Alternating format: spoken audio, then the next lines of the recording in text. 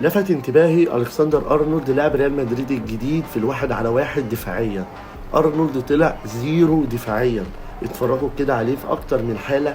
اي لاعب سهل يكلفته، اي لاعب سهل يعدي منه، ويا ريته اللعيبه بتبذل مجهود عشان تعدي منه. لا بص، عادي لاعب ما عملش حاجه وعدى منه بسهوله. بص هنا عدى منه بسهوله. طيب وبص هنا دوكو هيعمل ايه؟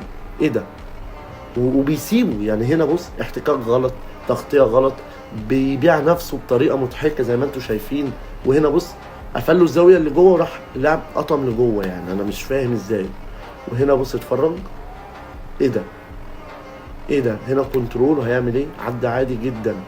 بطيء في الترنات وبطيء في السرعه وفي ارتدادات وبيبيع نفسه. وبصراحه كارثه. هل ريال مدريد هتقابل وينجات اقوياء الكسندر ارنولد هيقدر يوقفها، ولا انتوا جايبينه هجوميا بس؟ لو هجوميا الكسندر ارنولد جامد.